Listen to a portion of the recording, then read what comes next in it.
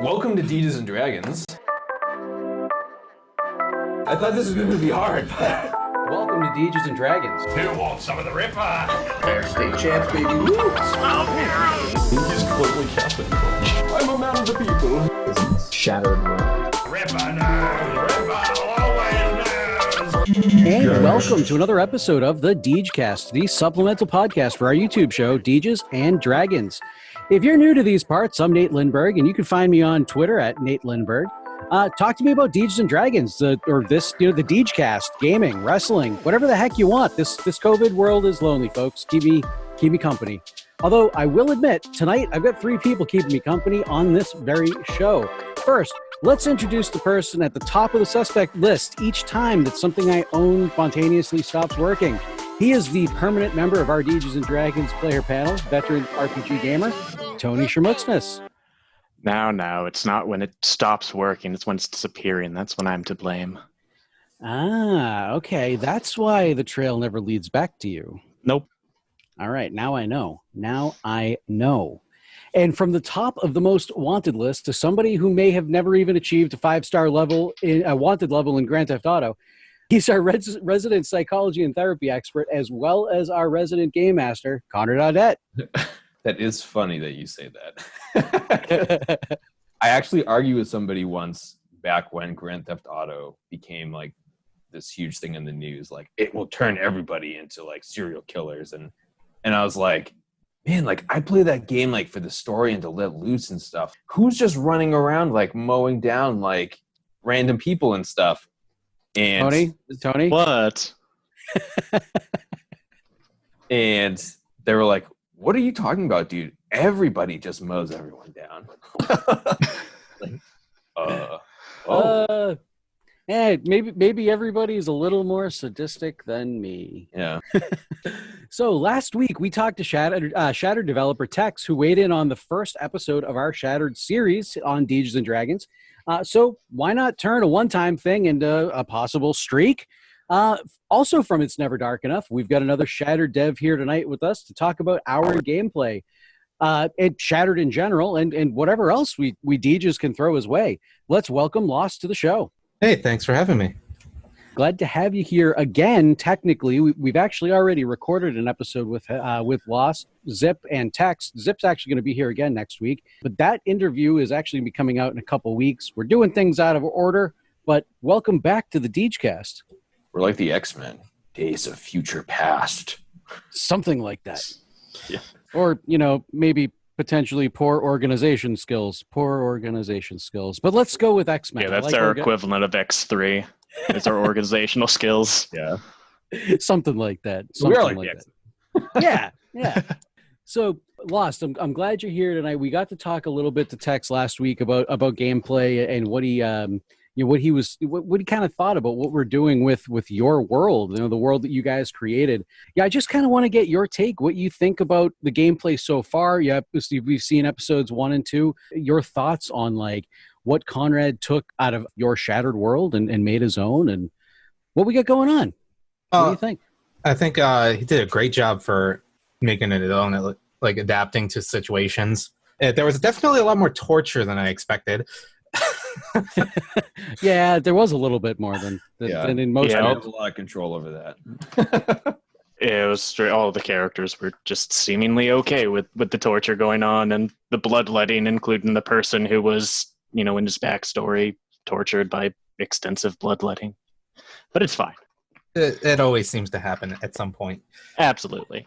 Yeah, I think he was doing a great job at that and keeping everybody in line. Even like disarming the trap, it's like it completely like almost forgot that humans could do that and just auto pass it just one time. But we tried to make sure every race had a little like neat ability that wasn't just, oh yeah, you could like potentially sense invisible door or something if you were an elf. That's just boring. No, you got to keep it interesting. Keep them interesting. I really liked the way it came up in this instance, where it really actually, where it's like codenamed fated. It like felt fated. It's like you were destined to disarm this trap. Just kind of like I had forgotten about it, and I had said like really make sure you know all of your abilities, because I've read them all over so many times and you all have a bunch of different ones. So then when it was almost like, aha, I am fated to accomplish this task because it's on my paper. Yeah, I know. I was definitely trying to use every skill and ability that you gave me. Yeah, and I appreciate that. There are a lot of skills and a lot of talent, and there's just a lot of cool stuff to be done. So yeah, the more we got to showcase, I thought, the better. And the way like earthquake traps function, I didn't want to completely demolish house, and it also was like one of the simpler traps. So I don't know if I had done it the way it was conceived in your mind, but I just that was my mindset, whereas this is what I think it would look like if it could be fully disarmed and not cause any actual damage. Yeah, when it comes down to it, something like that, it's always GM's call. Whatever they need to do to get the story going, or plot device or whatever, you do it. As somebody that can't stand the GMs that just stick to the rules, I want to give you a virtual hug as a game developer for saying that. That's the way I feel like it should be. And I've gotten into arguments with people over that, and that's the way I feel like it should be. It should be about fun, not about rules. Yeah, there's rules, and you should try to adhere to, some of them. But it's like if you're trying to advance the plot or make some kind of something happen that might not fit into the rules or whatever, do it. You're the GM. Exactly. It's always the rule of cool. So I gotta ask, now that you've seen these episodes, seen these characters, what kind of character do you think you might craft and create that would blend in very nicely with this gang of idiots? That's kind of the wrong thing to ask me, because every time I get a chance to play this, even if it's just a little one-off play test, I'll make a completely different character. Fair enough. And that's probably one of the best aspects to me, is just I still haven't run out of things to make. So because I'm sure you've played this game more times than you can count at this point. There's just so many different possibilities. You haven't even scratched the surface. Yeah, I've done tons of combos. It's just I still haven't hit every single. I mean, it's impossible really, because you can do it 2-3 splits into archetypes. You can play it. If you want to play Gunslinging Psyker, you can, and it really doesn't impact leveling, so to say, because there's no levels. Yeah, that's very true. Classless, levelless, yep. Yeah, it's basically, as long as you're not foregoing complete defense or something, you can pretty much play any way you want. All right. If that's the case, if we're not going to make a character here, what out of the different characters we've got, do you have a favorite? Do you have one that kind of sticks out to you, that has kind of made you chuckle or laugh, or you've bonded with? I'm always a sucker for somebody that can play a fungus, right? Yes. Paul, I got to admit, I think he did a hell of a job with that Trumpet Royale character. Yeah, I think we all had a lot of fun just kind of taking the 2 or 3 pages of backstory that Conrad made for us and just kind of add our own flair and personality to the characters too. So I think that showed a lot in a lot of the gameplay. I really enjoyed rewatching this particular episode, where it seems so natural. The riffing, the back and forth that goes on between the characters, you would think that this was an established group that's been together for an extensive period, but essentially they had interacted for an hour at this point when this was going on. And I was really pleased as a game master to see how everybody had really taken to these unique characters and then was able to interact with one another in a way that just seemed so organic. I would certainly agree with that, because obviously I was not playing in this game, but being a spectator and in rewatching the finished episodes, but also editing the episodes, that's definitely something I noticed. It's obviously, I've known these guys for quite some time myself, but this particular group, Tony, Jonas, Billy, and Paul, they never played a game together, but they all they've all played games before, but they all gelled really, really well together. And I think that really shined in this episode, to your point.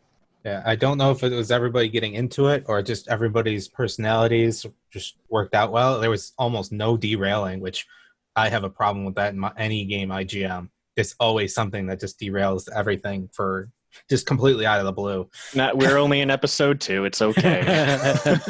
I was gonna say it can happen. It's gonna happen. It always happens. Always happens. No matter what Conrad does to prepare.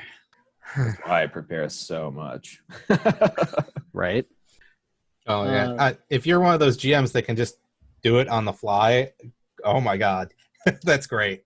I wind up with like a notepad of stuff of who they're going to interact with, potentially if they get off, if they do something else, even like random encounters if they decide to like just ignore the main plot and go somewhere else.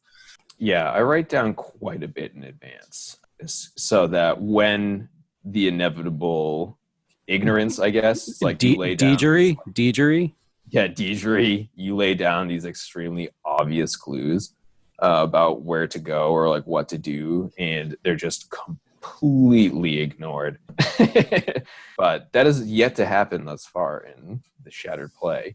It was a good group, like I was just saying, it was like the cohesiveness was there and the egos weren't in the way, which I think can sometimes happen too, where God, yeah. They just want something that's like so different from like what the group is trying to do. And I'm not going to name names, but Conrad knows exactly who I'm thinking about. yes. So this particular game series was a little bit of a landmark game series for us. This was a third game that we actually shot, even though it's coming out second. We wanted it to come out second because we really liked what we had here, and we wanted to get the content out mostly for INDE, for It's Never Dark Enough here. We wanted to get it out for them.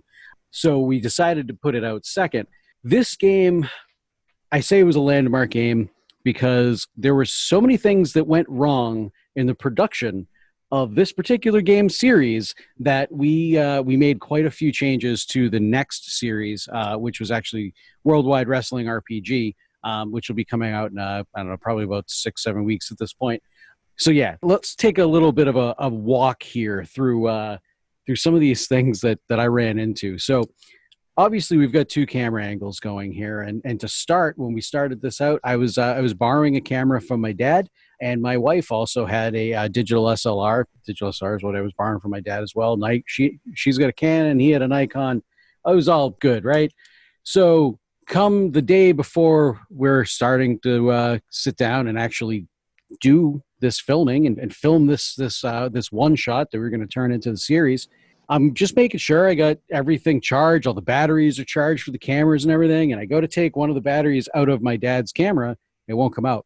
Battery's stuck, swelled shut inside the camera. I can't, and it's dead. I can't actually use it. It's not like I could cross my fingers and hope, right? So I call up my dad, and he doesn't have a spare battery. He doesn't really want me to use his other camera because that's his pride and joy. And he was going to go out shooting the next day anyway.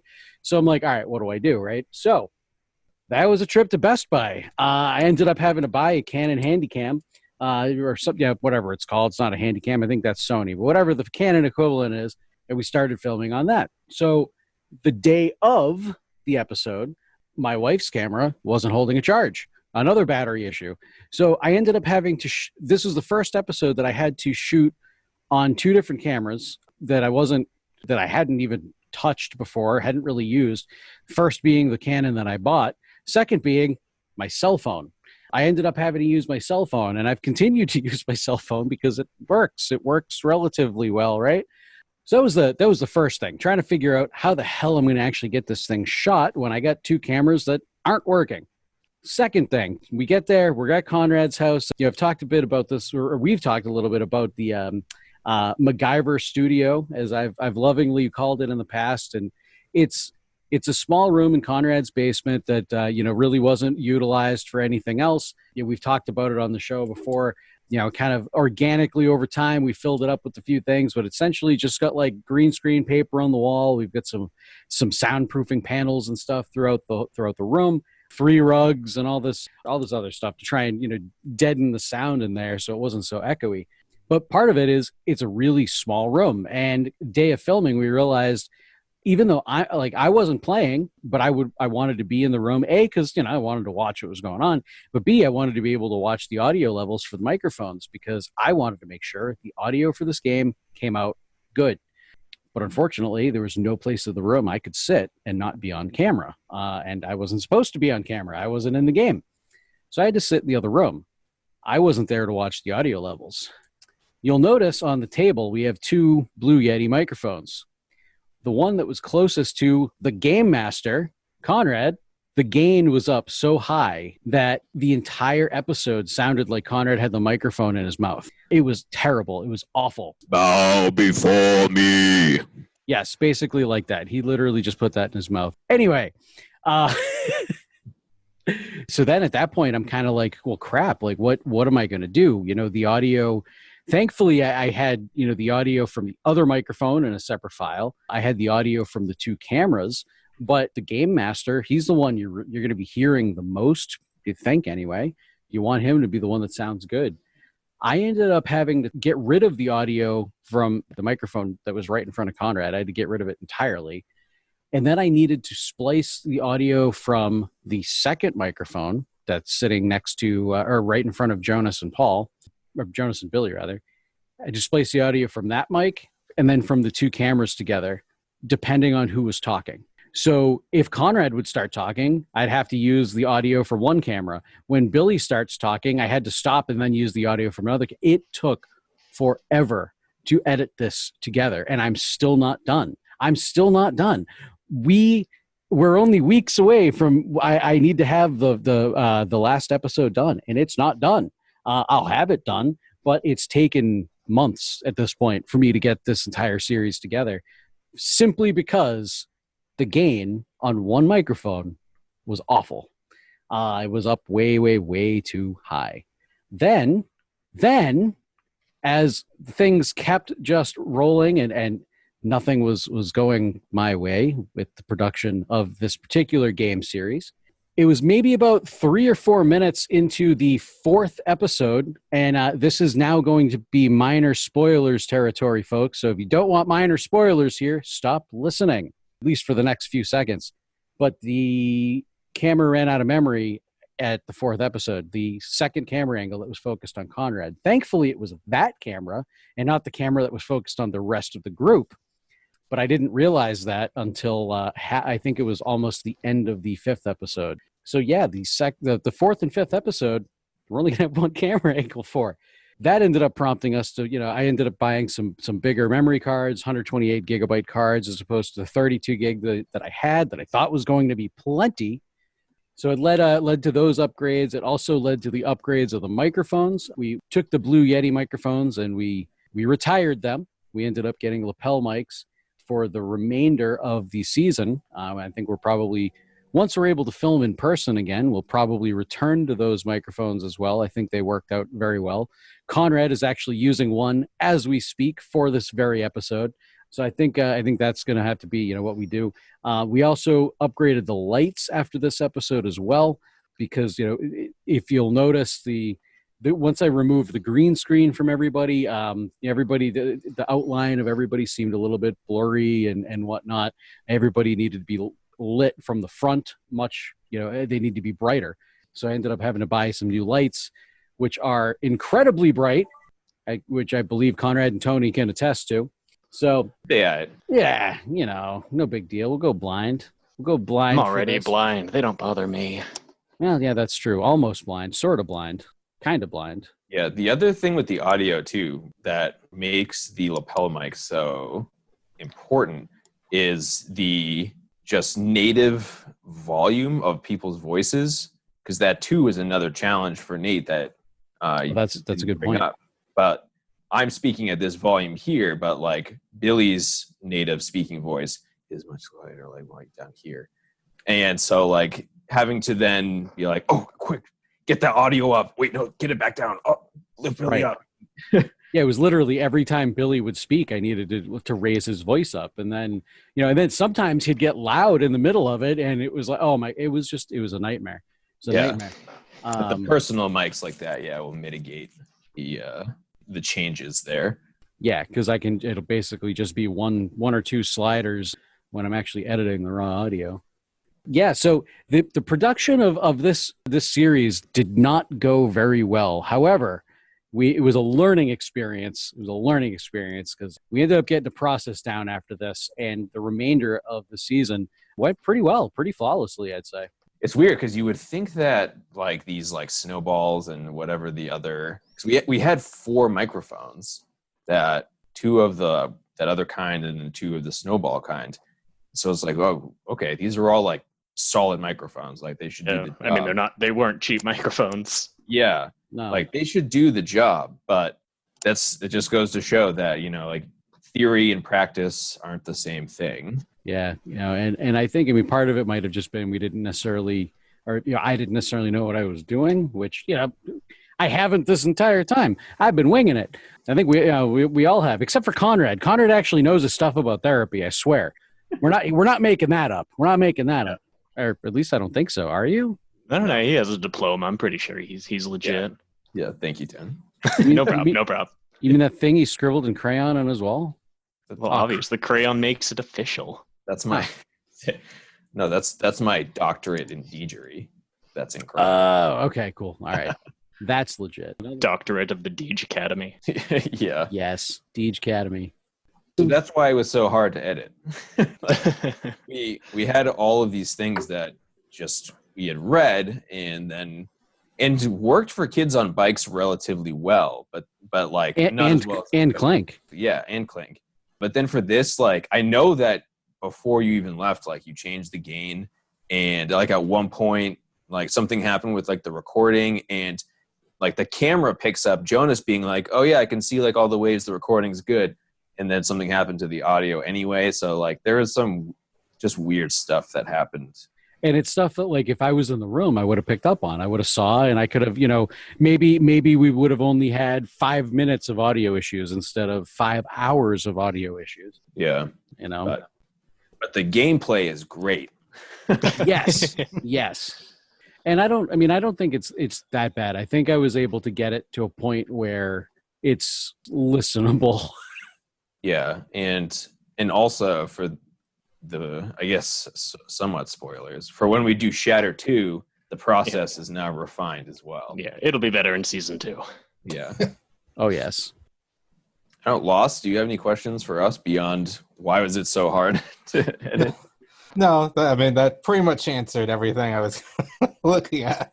It kind of mirrors all the trouble we had getting this book printed, but I'm just glad you could actually get it done. Yeah, no, me too. It's like when I took everything home, I think it was the day we recorded. It might have been the next day. It was either that night or the next day. I said to Conrad, I'm like, dude, I think we might need to redo this. I'm like, I don't think I can use this. And I could just sense the heartbreak in the text that I got from Conrad. It wasn't even, I couldn't even see him. I could just sense the heartbreak in the text. And I was like, okay, Oh my God, it killed me. I'm like, all right, I have a lot of work to do. But when I had watched it, episode 2 there, I was on my laptop at work. The audio quality out of my laptop itself is kind of garbage to begin with. So it was a little difficult, and I wasn't sure if it was just my laptop being my laptop or what. No, well, probably a combination of everything. I know it was my laptop. I still made it out and everything. It was just like it seemed quieter in some areas, and yeah. We still had a blast. The content came out great. The story came out great.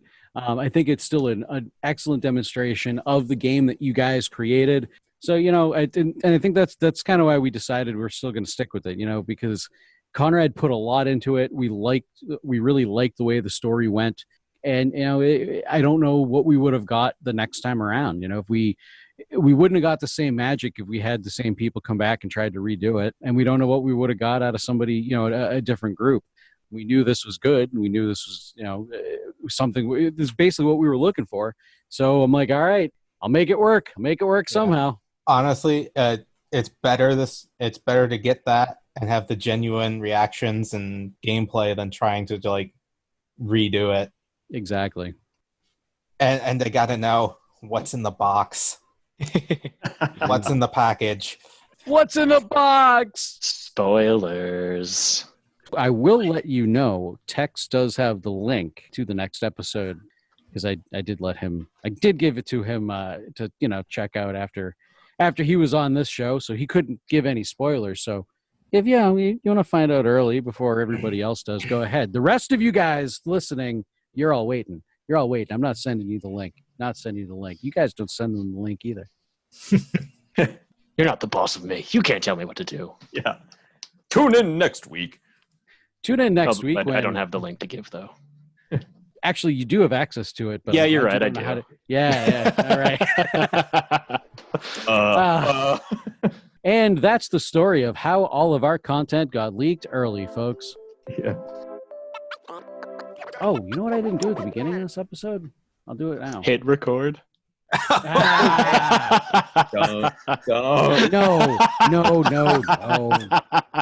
No, you know what I didn't do at the beginning of this episode? I didn't say if you want to be part of this episode or part of this podcast, you can. If you want to be on this show, email us, degecast@gmail.com, or give us a call, 617-506-9686. Leave us a voicemail. We'll play that voicemail here on the show, respond in real time, live. And, we'll also read those emails that you send in too, and we'll respond to those as well. But you know what? Call us, because I think it'd be cool to have different voices on the show. I think that would be a great thing to do. For the Degecast, I'm Nate Lindberg. You can find me all over social media at Nate Lindberg. You can find our brand on social media at Degetime. That's Degetime. Conrad, say goodnight. Good night. Tony, how about you? Night. Lost. Sweet dreams.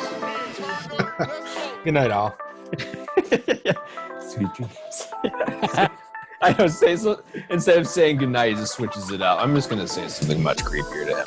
Yes, sweet dreams, my pretty sweet dreams. Great way to be a creep to the guest. Good way to have him come back. I know. Well, he's coming back whether he likes it or not. We already get that episode in the bag. True. All right, guys. This has been another episode of the Degecast, and we will see you next week.